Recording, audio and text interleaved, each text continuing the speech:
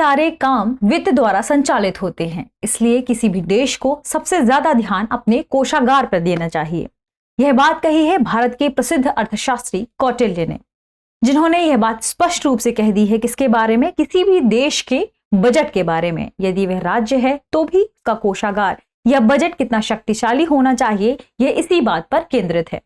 दृष्टि आईएएस के index programme में एक बार फिर से आपका स्वागत है। मैं हूं गीतांजलि। आज हम यहाँ पर भारत के जो केंद्रीय बजट हर साल पेश किया जाता है, अमूमन हर साल इसे पेश किया जाता है, इस पर चर्चा करने वाले हैं। आज के सेशन में हम देखेंगे कि बजट आखिर होता क्या है, संवैधानिक प्रावधान क्या है बजट को लेकर के।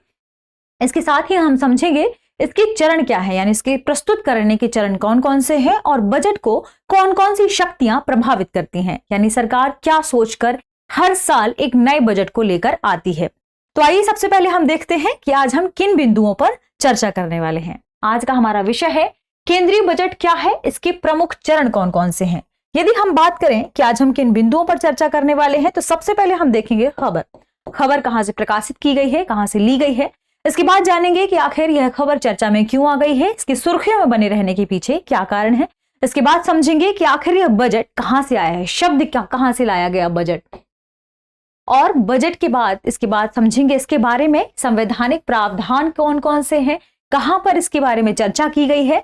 फिर इसे पेश करने के बाद कौन कौन से चरणों को यहाँ फॉलो किया जाता है, यानी पेश करने को लेकर कौन कौन से इससे संबंधित चरण हैं। इसके बाद बजट को आकार देने वाली शक्तियां कौन सी हैं, कौन कौन से फर्म हैं, कौन से लोग हैं, कौन सी कंपनियां हैं, जिन्हें देखकर सरकार यहाँ पर पॉलिसीज या नियम तय करती है। फिर आज के सेशन पर आधारित एक प्रश्न होगा जिसका जवाब आपको कमेंट सेक्शन में देना है। अब सबसे पहले हम देखेंगे खबर। तो खबर हम सभी जानते हैं कि हर साल सरकार अपना नया बजट पेश करती है। वित्तीय वर्ष के लिए, एक वित्तीय वर्ष के लिए बजट पेश किया जाता है। तो यहाँ पर इसी वजह से यह खबर सुर्खियों में आ गई है और लगातार न्यूज़पेपर्स इसे कवर कर रहे हैं, क्योंकि 1 फरवरी को सरकार अपना बजट पेश करने वाली है। यह खबर हमने द इंडियन एक्सप्रेस से ली है। खबर क्या थी?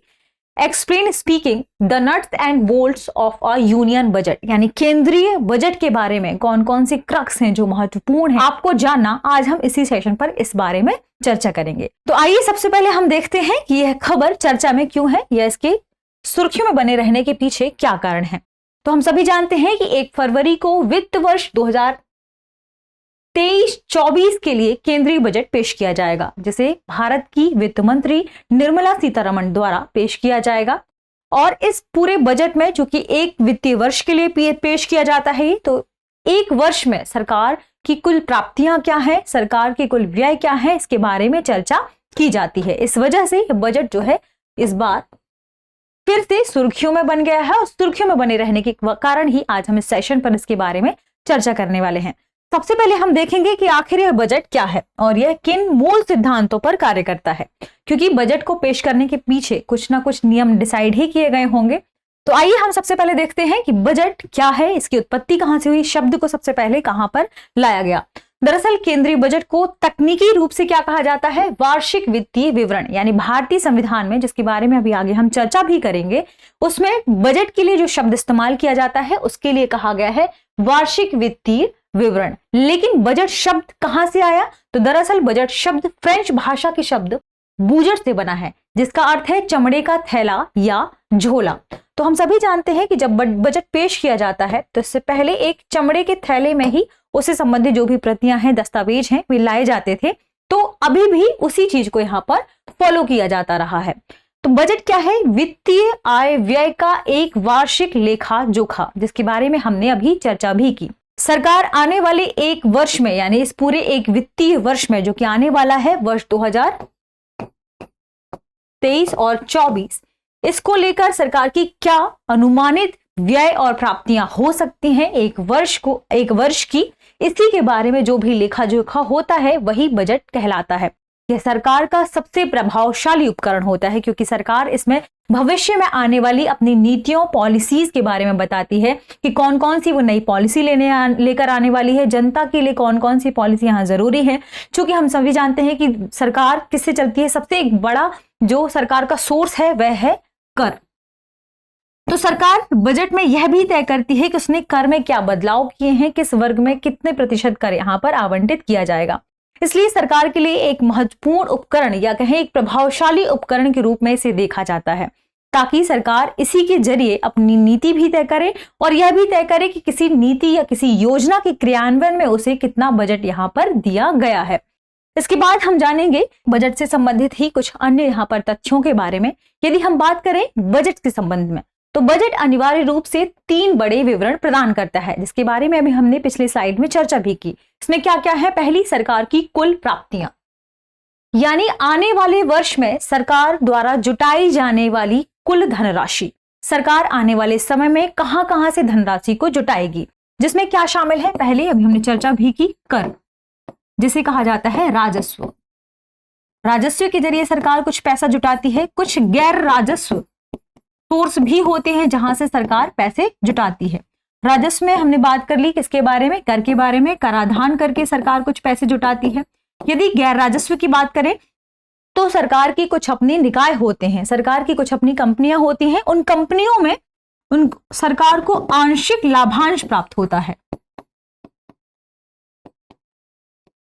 फर्म्स के जरिए जो भी आंशिक लाभांश प्राप्त होता है, उसके जरिए भी सरकार यहां पर धन जुटाती है। इसके साथ ही सरकार के अपने सार्वजनिक क्षेत्र के उपक्रम होते हैं। तो सार्वजनिक क्षेत्र के उपक्रम को सरकार विनिवेश के माध्यम से उसके कुछ अंश को यहां पर विनिवेश के माध्यम से बेचकर भी यहां सरकार अपने लिए क्या जुटाती है? प्राप्तियां जुटाती है या धन राशि जुटाती है। अब यदि हम बात करें कुल व्यय के बारे में, तो सरकार यहां पर कुल कितना पैसा खर्च करेगी आने वाले वर्ष में, यह भी इस वित्तीय विवरण में पेश किया जाता है। सरकार चूंकि कई योजनाएं लेकर आती है, गरीबों के लिए सब्सिडी भी लेकर आती है, कुछ फर्म्स के लिए सब्सिडी भी लेकर आती है, तो इन सभी क्षेत्रों में सरकार यहां पर पैसे खर्च करती है। तो सरकार कुल कितना व्यय करेगी, इसका लेखा जोखा भी वार्षिक वित्तीय विवरण में शामिल होता है। इसके साथ ही एक तीसरा विवरण भी इसमें शामिल होता है। वह क्या है?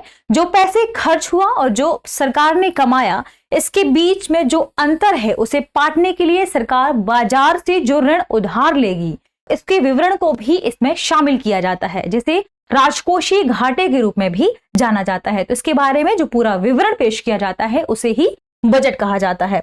ये महत्वपूर्ण तथ्य थे जो आपने समझ लिए। अब हम देखेंगे बजट के बारे में संवैधानिक प्रावधान क्या है। दरअसल भारतीय संविधान की यदि हम बात करें तो भारतीय संविधान में बजट शब्द का उल्लेख नहीं किया गया है। यानी कोई कहे यदि कि पर्टिकुलर बजट शब्द लिखा है तो इसका उल्लेख नहीं है। जबकि भारतीय संविधान के अनुच्छेद 112 के अनुसार एक वर्ष के केंद्रीय बजट को वार्षिक वित्तीय विवरण यानी एनुअल फाइनेंशियल स्टेटमेंट के रूप में देखा जाता है और इसे इसी रूप में लिखा भी गया है, वार्षिक वित्तीय विवरण, जो कि एक वर्ष का, एक वित्तीय वर्ष का वार्षिक विवरण होता है सरकार की अनुमानित प्राप्तियों और अनुमानित व्यय के बारे में। एक चालू वर्ष का मतलब यहां पर क्या होता है? 1 अप्रैल से शुरू होकर अगले 31 मार्च तक।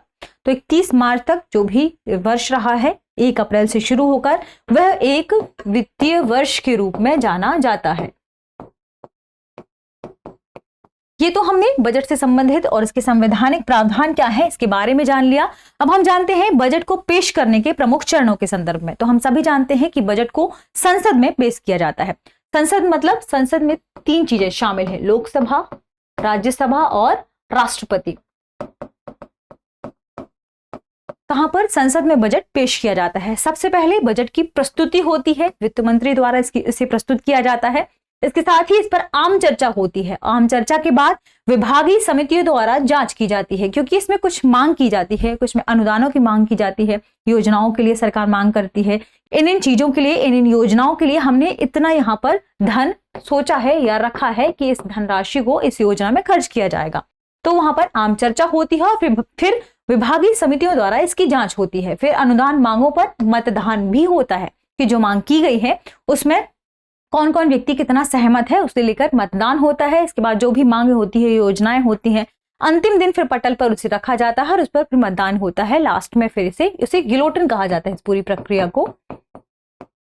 इसके बाद विनियोग विधेयक पारित किया जाता है और लास्ट में वित्त विधेयक पारित किया जाता है। फिर बाद में बजट पूर्ण रूप से पेश कर दिया जाता है। तो ये इसके प्रमुख चरण हैं जिसे आप देख सकते हैं। यदि पूछा जाए कि इसे किसके द्वारा तैयार किया जाता है या बजट को तैयार करने वाला जो केंद्रीय निकाय है वह कौन सा है, तो वित्त मंत्रालय के आर्थिक मामलों का विभाग बजट डिवीजन तैयार करने के लिए केंद्रीय निकाय के रूप में जाना जाता है। यदि पूछा जाए कि स्वतंत्र भारत का बजट पहली बार किस वर्ष पेश किया गया था, तो वर्ष 1947 में स्वतंत्र भारत का पहला बजट पेश किया गया था, जिसे किसने पेश किया था, तो इसे R.K. षणमुखम शेट्टी ने पेश किया था। इन्होंने पहला स्वतंत्र भारत का पहला बजट पेश किया था। ये तो हमने देख लिया बजट से संबंधित कौन कौन से प्रमुख प्रावधान हैं, इससे संबंधित कौन कौन से चरण हैं, संवैधानिक प्रावधान क्या है, बजट शब्द की उत्पत्ति कहां से हुई, कहां का ये शब्द है। अब हम समझेंगे कि आखिर बजट को आकार देने वाली शक्तियां कौन कौन सी हैं, यानी कौन कौन सी शक्तियां हैं जो सरकार को ये डिसाइड करवाती हैं कि सरकार को कौन कौन सी पॉलिसीज लाना है, किन किन फर्मों पर काम करना है, किन्हें सरवाइव करने की जरूरत है, यहाँ पर किन किन फर्मों को सरकार को सब्सिडी देने की जरूरत है, ताकि पूरे देश की जो अर्थव्यवस्था है उसे संचालित किया जा सके और ये विकास को आगे प्राप्त करे। तो बजट की सभी मांगों को 3 अलग अलग श्रेणियों में रखा गया है। यदि हम पहले समूह की बात करें तो दरअसल पहला समूह अनिवार्य रूप से कराधान की कम दर की मांग करता है, और किस चीज की मांग कर सकता है, या छूट की उच्च दर की मांग कर सकता है कि उसे कर में छूट प्रदान की जाए, या उसे कराधान की जो उसकी दर है उसमें कमी की जाए। ये कैसा समूह होता है, वेतन भोगी समूह होता है। यदि हम उदाहरण की बात करें तो ये ऐसा मान लिया जाता है कि पिछले 1-2 वर्षों में यदि किसी व्यक्ति की सैलरी में 1 लाख रुपए यहां पर बढ़े हैं, तो लेकिन पिछले 1-2 वर्षों में मुद्रास्फीति भी बढ़ी है। मुद्रास्फीति में बढ़ने की वजह से पिछले 1 वर्ष में जो 1 लाख रुपए उसके वेतन में बढ़े हैं, उसमें किसी भी वस्तु को खरीदने में उसकी जो क्रय शक्ति है वह भी प्रभावित हुई है। यानी पिछले 2 साल पहले वे जिस वस्तु को जितने रुपए में खरीद पाता था, अब उसी वस्तु को खरीदने में उसे ज्यादा पैसे देने पड़ रहे हैं। ऐसे में इसकी जो वेतन वृद्धि हुई है उसका कोई खास फर्क नहीं पड़ा है। क्यों? क्योंकि मुद्रास्फीति भी बढ़ गई है। तो पिछले कुछ वर्षों में मुद्रास्फीति अधिक रहने की वजह से वेतन यदि 1 लाख रुपए सालाना बढ़ भी गया है, तो उच्च कीमतों का भुगतान करने में वह राशि उसकी खर्च हो गई है। इसलिए वह व्यक्ति मांग कर रहा है क्या, कि उसे कर की दर में छूट प्रदान की जाए। इसके साथ ही एक दूसरा समूह कौन सा होगा, कौन से फर्म होंगे या कौन से लोग होंगे जो या तो उच्च सब्सिडी की मांग कर रहे हैं या नई सब्सिडी की यहां पर मांग कर रहे हैं। वे कौन से फर्म हो सकते हैं जो यहां पर हरित ऊर्जा उत्पादन के लिए कार्य कर रहे हैं, यानी भारत के वातावरण को आने वाले समय में स्वच्छ बनाने के लिए कुछ ऐसी फर्म्स हैं जो हरित ऊर्जा के लिए कार्य कर रही हैं, या ऐसे उत्पादों का उत्पादन कर रही हैं जो भारत को स्वच्छ बनाने में आगे मददगार हो सकता है। तो ऐसी फर्म्स सरकार से यहाँ सब्सिडी की मांग करता है, नई सब्सिडी की मांग कर सकते हैं, या फिर उच्च सब्सिडी की यहाँ पर मांग कर सकते हैं। इसके साथ ही एक तीसरा और क्षेत्र है, इसी में वे लोग होंगे या वे एक ऐसी श्रेणी होगी जो क्या मांग करते हैं कि सरकार राजकोषीय घाटे में कमी करे। ये सबसे प्रभावशाली समूह होता है जो कहता है कि सरकार को अपनी राजकोषीय घाटे में कमी करनी चाहिए। इसे यहां पर लागू करने के लिए हमने FRBM एक्ट का भी प्रयोग किया है, जिसमें कहा है कि सरकार को अपनी राजकोषीय घाटे में कमी करनी चाहिए, और सरकार का राजकोषीय घाटा सरकार की GDP से या देश की GDP से 3% से अधिक नहीं होना चाहिए।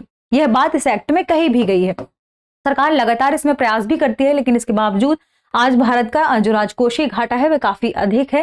पहली जो दो श्रेणियां जिनके बारे में हमने चर्चा की, यह श्रेणी उसकी ठीक विपरीत है। यानी पहली श्रेणी जहां कर की छूट की मांग करती है, दूसरी सब्सिडी की मांग करती है कि सब्सिडी की उच्च दर होनी चाहिए या नई सब्सिडी की मांग करती है। वहीं यह क्या कहती है कि सरकार को राजकोषीय शुद्धता पर ध्यान देना चाहिए, सरकार को राजकोषीय घाटे में कमी करनी चाहिए। यह कुल राशि, अब यहां पर बात करें राजकोषीय घाटे के बारे में, तो राजकोषीय घाटा क्या कहलाता है? कुल राशि जो सरकार अपने कुल व्यय और कुल प्राप्तियों के बीच के अंतर को पाटने के लिए बाजार से उधार लेती है, उसे ही कहा जाता है राजकोषीय घाटा। यहाँ एक और यहाँ महत्वपूर्ण क्षेत्र होता है पर्यटन का, यात्रा प्लस पर्यटन। यह क्षेत्र भी है जो सरकार से मांग कर सकता है, क्योंकि पिछले 2 वर्षों में कोविड महामारी की वजह से यह क्षेत्र सबसे ज्यादा प्रभावित हुआ है। तो यह भी सरकार से कुछ राहत भरे फैसले का यहाँ पर मांग कर सकता है कि उन्हें कुछ राहत प्रदान करें, ताकि हो सकता है सरकार इन्हें राहत प्रदान भी करे, क्योंकि ये सभी क्षेत्र मिलकर आपस में भारत की अर्थव्यवस्था को यहाँ विस्तार प्रदान करेंगे और आने वाले समय में भारत की अर्थव्यवस्था इन्हीं सभी क्षेत्रों के मिले जुले प्रयासों से ही आगे बढ़ पाएगी। ये तो हमने देखा बजट के संबंध में। अब आज के सेशन पर आधारित प्रश्न देख लेते हैं। प्रश्न है, स्वतंत्र भारत का पहला बजट किस वर्ष प्रस्तुत किया गया था? ऑप्शन है 1947, 1948, 1949, 1950। इसके साथ ही आपको जवाब देना है कि यह बजट किसने पेश किया था। तो आज के इस पूरे विषय में, इस टॉपिक में इतना ही। मिलते हैं एक नए विषय के साथ। इसके साथ ही ऐसी ही खबरों पर विस्तार से चर्चा करने के लिए आप दृष्टि आइज के इन फोकस प्रोग्राम एवं इन न्यूज प्रोग्राम को भी देख सकते हैं, जो कि सुबह 9 बजे प्रसारित किया जाता है और इन न्यूज शाम को 6 बजे। मिलते हैं एक नए टॉपिक के साथ, तब तक पढ़ते रहिए, रिवीजन करते रहिए। शुक्रिया।